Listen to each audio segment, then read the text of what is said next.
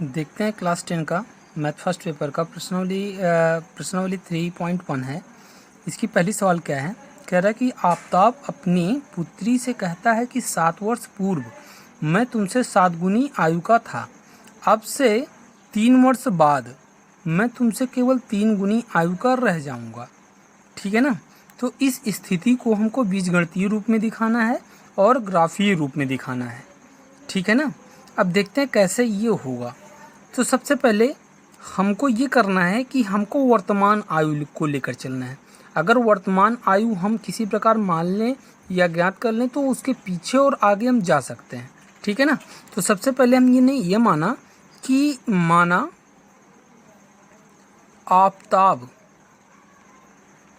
आफताब की वर्तमान आयु, आप कुछ भी मान सकते हैं, हमने मान लिया x वर्ष। ठीक है ना।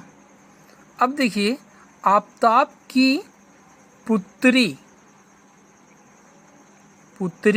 की वर्तमान आयु अगर हम मान लें y वर्ष है, तो आप देखिए कह रहा 7 वर्ष पूर्व, मतलब पहले की बात चल रही है, 7 वर्ष पहले की बात। तो 7 वर्ष पहले आफताब की उम्र क्या रही होगी? आफताब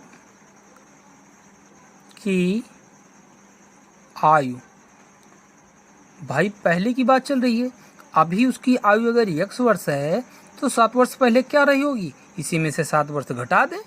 ठीक है ना। तो x - 7 वर्ष। ठीक है ना। और भाई पुत्री भी 7 वर्ष तो कम रही होगी 7 वर्ष पहले, तो और 7 वर्ष पहले आफताब की पुत्री की आयु क्या रही होगी, y - 7। ठीक है ना, y - 7 वर्ष। अब कह रहा है 3 वर्ष बाद। ठीक है ना, 3 वर्ष बाद। अब कह रहा है 3 वर्ष बाद हम कैसे निकालेंगे, तो 3 वर्ष बाद क्या हो जाएगा, 3 वर्ष बाद आफताब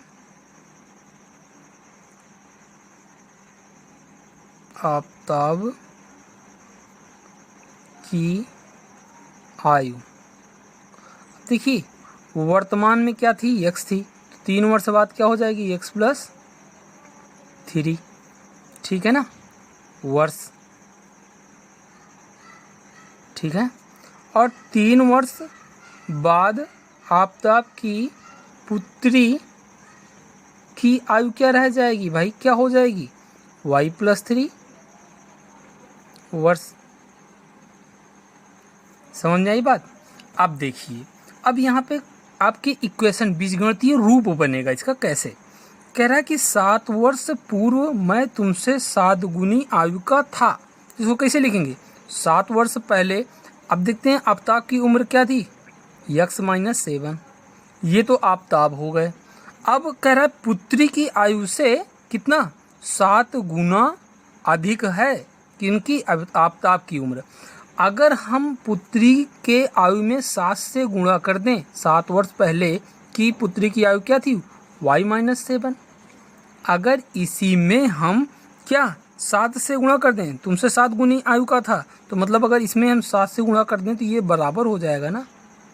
ये आफताब की 7 वर्ष पहले की आयु थी और ये पुत्री की 7 वर्ष पहले की आयु, और उसमें मैंने 7 से गुणा कर दिया, तो अब ये दोनों बराबर हो गए। अगर 7 से गुणा नहीं करते तो क्या होता, ये इससे ये 7 गुना ज़्यादा रहता। ठीक है ना।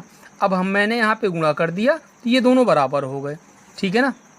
अब इसको थोड़ा हम सॉल्व कर लेते हैं। सॉल्व करेंगे कितना आएगा, यहाँ पे देखिए सॉल्व करेंगे तो ये आपका हो जाएगा x - 7 बराबर 7 y - 7 = 49। ठीक है ना।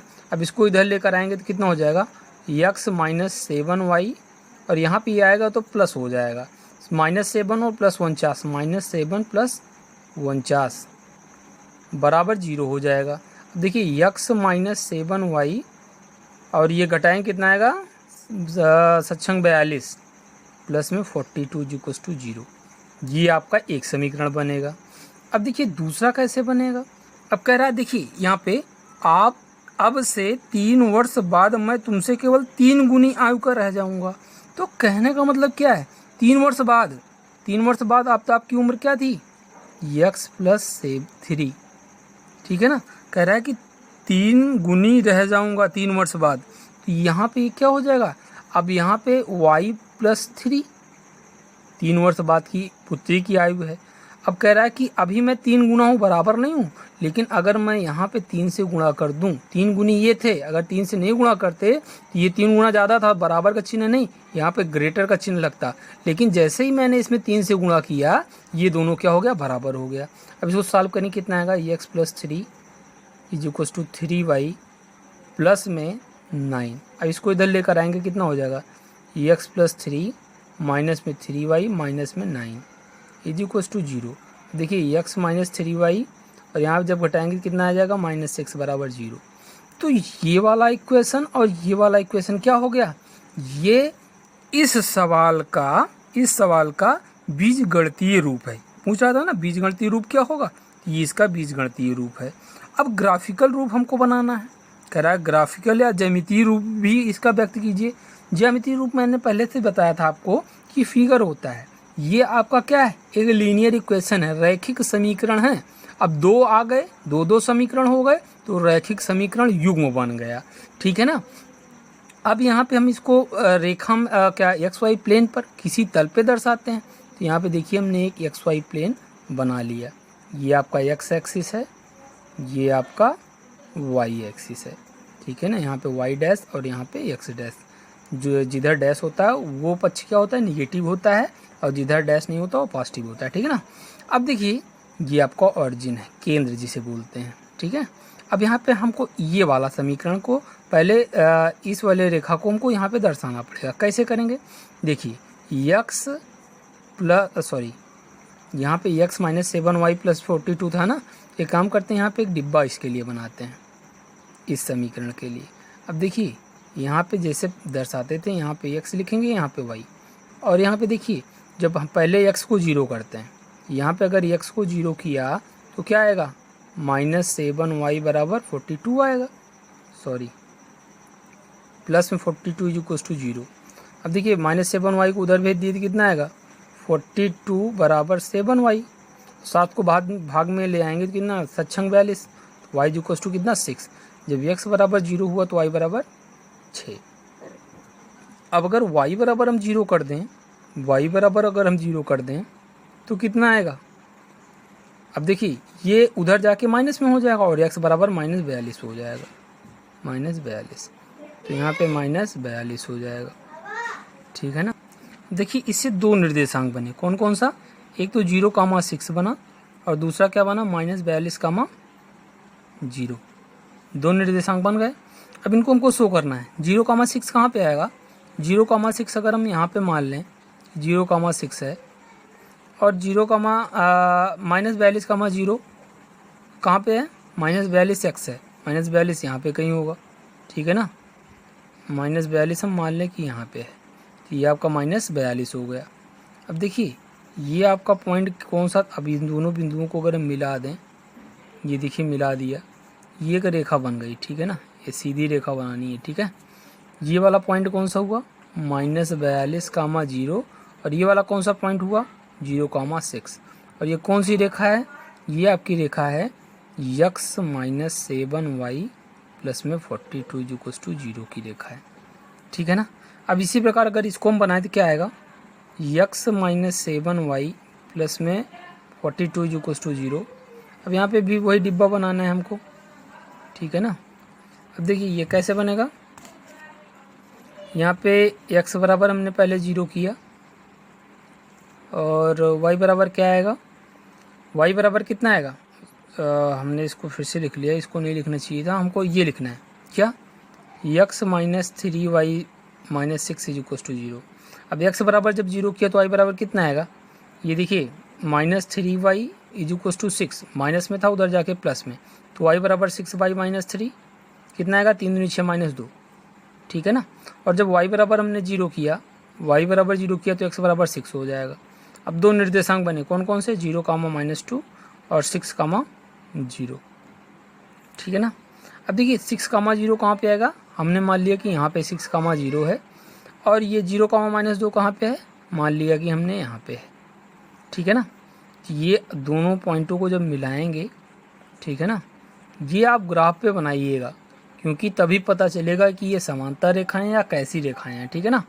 यहाँ पे ये पॉइंट आपका 0, -2 हो जाएगा, ये आपका 6, 0 हो जाएगा, और ये कौन सी रेखा हो जाएगी, x - 3y - 6 = 0 की रेखा हो जाएगी, ठीक है।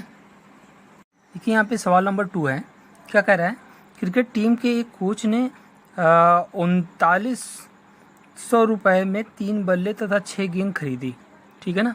बाद में उसने एक और बल्ला तथा उसी प्रकार की 3 गेंदें 1300 रुपये में खरीदी। इस स्थिति को बीजगणितीय तथा ज्यामितीय रूपों में व्यक्त करना है। सिमिलर ऐसे ही ये भी सवाल है, करना क्या है, बस आप देखिए इसका बीजगणितीय रूप कैसे बनेगा। यहाँ पे देखिए उसने क्या कहा, 3 बल्ला और 6 गेंद 3900 रुपये, ठीक है ना, मतलब 3900 रुपये के खरीदे, लेकिन उन्होंने ये नहीं बताया कि एक बल्ला कितने का है, ठीक है ना। तो हम यहाँ पे मानते हैं क्या, माना एक बल्ले का मूल्य कितना है, x, और एक गेंद का मूल्य y। तो देखिए यहाँ पे क्या हो जाएगा, तो अब यहाँ पे ध्यान से देखिएगा, 3 बल्ले और 6 गेंद खरीदी गई हैं, कितने की बन गई, तो 3 बल्ले कितने के हो जाएंगे, 3 बल्लों का मूल्य कितना, 3x हो जाएगा, और 6 गेंद का मूल्य क्या हो जाएगा, 6y। कह रहा है कि 3900 रुपये का खरीदा गया था, तो टोटली क्या, दोनों को जोड़ने के बाद 3900, मतलब 3x + 6y = 3900, यही तो आएगा ना। अब देखिए उसने बाद में क्या किया, बाद में एक बल्ला, तो एक बल्ले का मूल्य, 3 गेंदों का ये मूल्य, तो एक बल्ले का मूल्य कितना था, x। कह रहा है कि बाद में उसने एक और बल्ला, तो मतलब मिलेगा तो उतने का ही ना, तो x, तथा उसी प्रकार की 3 गेंदें, 3 गेंदों का मतलब एक गेंद अगर y में है तो 3 गेंद 3y, कितने की खरीदी, टोटल 1300 रुपये। तो ये आपका क्या हो गया, ये आपका बीजगणितीय रूप हो गया। अब हमको ज्यामितीय रूप में इसको व्यक्त करना है, तो सबसे पहले इसके लिए हम क्या बनाते हैं, इसके लिए एक डिब्बा बनाते हैं, ठीक है ना। क्यों बनाते हैं, क्योंकि हमको निर्देशांक निकालना होता है, ठीक है ना। ये आपका x, ये आपका y। जब हमने x बराबर 0 किया, देखिए इस वाले समीकरण में जब हमने 3x + 6y बराबर 3900 रुपये था, तो यहाँ पे जब x बराबर हमने 0 किया तो ये तो 0 हो गया, अब बचा 6y बराबर 3900 रुपये, और y बराबर क्या हो जाएगा, 3900/6। देखो 6 से काटेंगे कितना आएगा, 6 कम 6 छंग 36, 36 बाद 37, 38, 39, 3 56 6 30, 65, 650 रुपये। जब x बराबर 0 तो y बराबर 650। देखिए जब y बराबर हमने 0 किया, ये वाला 0 अब ये बचा है, तो 3x बराबर 3900 रुपये, x बराबर कितना, 3900/3, 3 एक कम 3 एक कम 3 3 का 9, 1300 रुपये। देखिए जब y बराबर हमने 0 किया तो x बराबर कितना आया, 1300 रुपये। ये आपका एक निर्देशांक किसका हो गया, 0, 650 और 1300, 0, ठीक है ना। अब इसका अगर हम देखते हैं तो एक बार जब x बराबर हमने 0 किया तो y बराबर कितना, 3y बराबर 1300 आएगा, ठीक है ना। अब देखिए y बराबर कितना आएगा, यहाँ पे करेंगे 1300, ठीक है ना, 1300 बटे कितना आएगा, 3 आएगा। अब देखो ये कटेगा नहीं, ठीक है ना, तो इसको ऐसे ही रहने देते हैं। तो इसका एक निर्देशांक क्या बनेगा, इसका जो भी निर्देशांक बनेगा, यहाँ पे एक बार लिख लेते हैं, क्या, डिब्बा बना लेते हैं, ठीक है।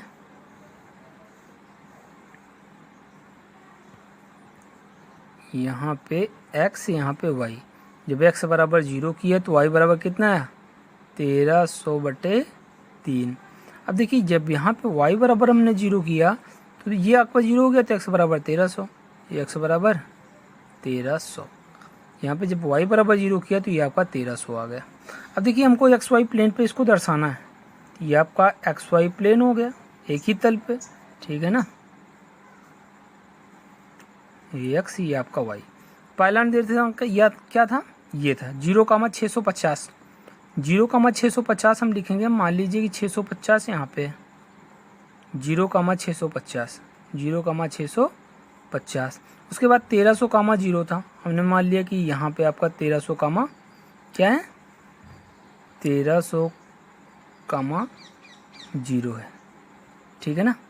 अब इन दोनों बिंदुओं को हम क्या करेंगे, मिला देंगे, इस रेखा को थोड़ा और बढ़ा देंगे, ठीक है ना। अब देखिए ये कौन सा रेखा है, ये कौन सी रेखा है, ये आपकी रेखा ये वाली है 3x + 6y = 4100 वाली रेखा है। अब देखिए इसको भी हमको शो करना है, इसका निर्देशांक क्या आया था 0,1300/3 और दूसरा 1300,0। अब देखिए 1300,0 ये आया, तो 1300,0 तो यहाँ पे होगा ना, एक बिंदु तो पहले से अवेलेबल है। दूसरा देखिए, दूसरा क्या कह रहा है कि अब देखिए यहाँ पे कितना आएगा, इसको अगर काटेंगे 1300 भागे एटलीस्ट कितना आएगा 1300 भागे 3, 3 एकम 3, 3 चौक 12, 3 चौक 12, 1 13, 3 त्रिक का 9, 9 1 10, 3 त्रिक का 9, 1 10, 3 त्रिक का समथिंग आएगा 433.34, ठीक है ना। 4, अब ये जाएगा यहाँ पे कहीं, ठीक है ना।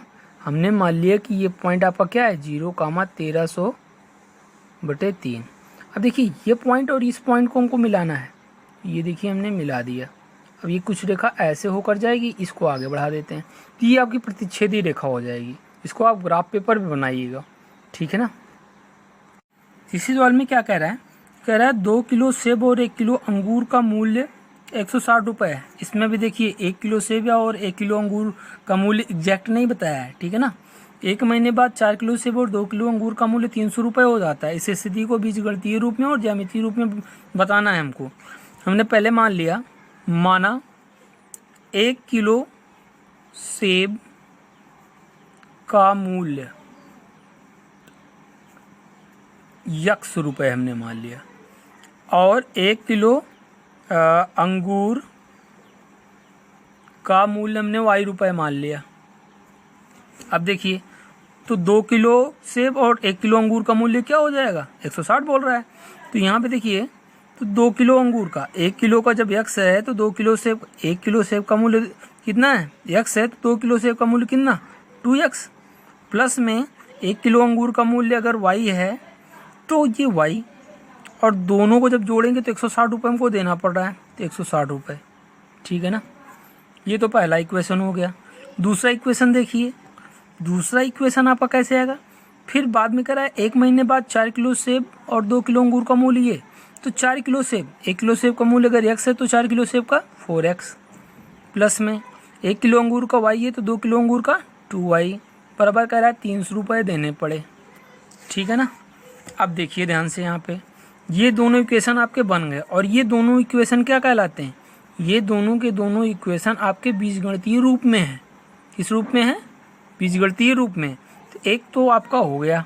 अब कह रहा है कि ज्यामितीय रूप में आप इसको व्यक्त करो, तो ज्यामितीय रूप में व्यक्त करने के लिए हमको क्या बनाना पड़ता है, एक डिब्बा बनाना पड़ता है।